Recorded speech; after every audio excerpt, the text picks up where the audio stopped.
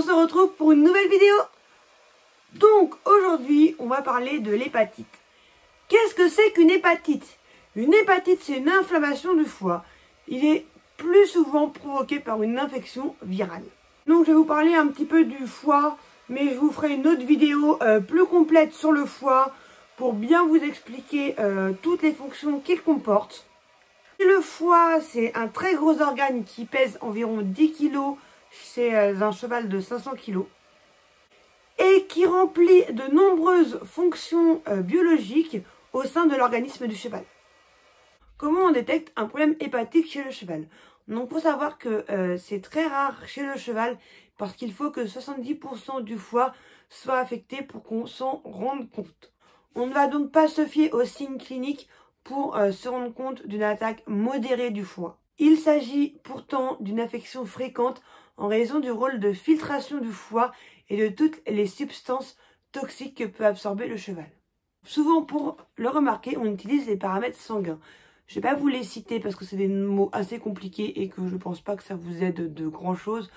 Donc si vous voulez les savoir, je vous répondrai en commentaire pour avoir les noms. Et du coup, ces paramètres, ils augmentent dans le sang lorsque les cellules hépatiques sont endommagées. Il y a bien sûr d'autres paramètres qui permettent d'évaluer un problème hépatique.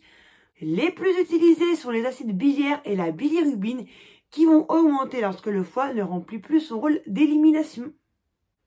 Mais tous ces paramètres, ils permettent de voir qu'il y a un problème hépatique, mais ils ne permettent pas de voir d'où vient le problème hépatique.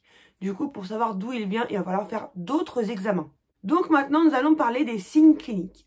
Donc déjà, il y a la perte de poids parce que le foie ne va plus remplir ses fonctions métaboliques.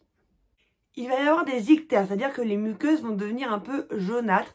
Ça, c'est parce que la bilirubine n'est pas éliminée correctement et que du coup, sa concentration va augmenter dans le sang. Il peut aussi y avoir des œdèmes ventraux à cause de la baisse de concentration d'albumine dans le sang. Il peut aussi y avoir des signes neurologiques tels que l'ataxie, par exemple. Il peut aussi y avoir beaucoup de coliques. Il peut y avoir aussi une perte d'appétit et de la photosensibilisation. Les causes de l'atteinte hépatique. Donc là, il y en a plein.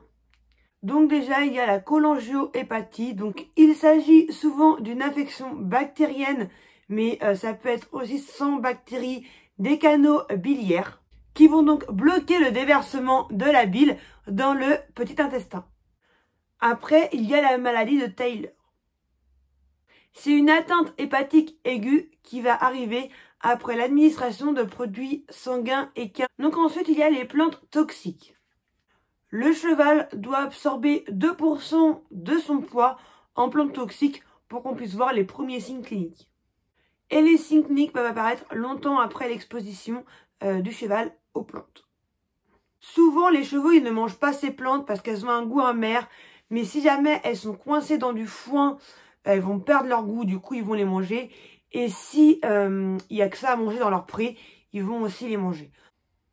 Il peut y avoir beaucoup de maladies en même temps que l'hépatie, comme la pyroplasmose par exemple.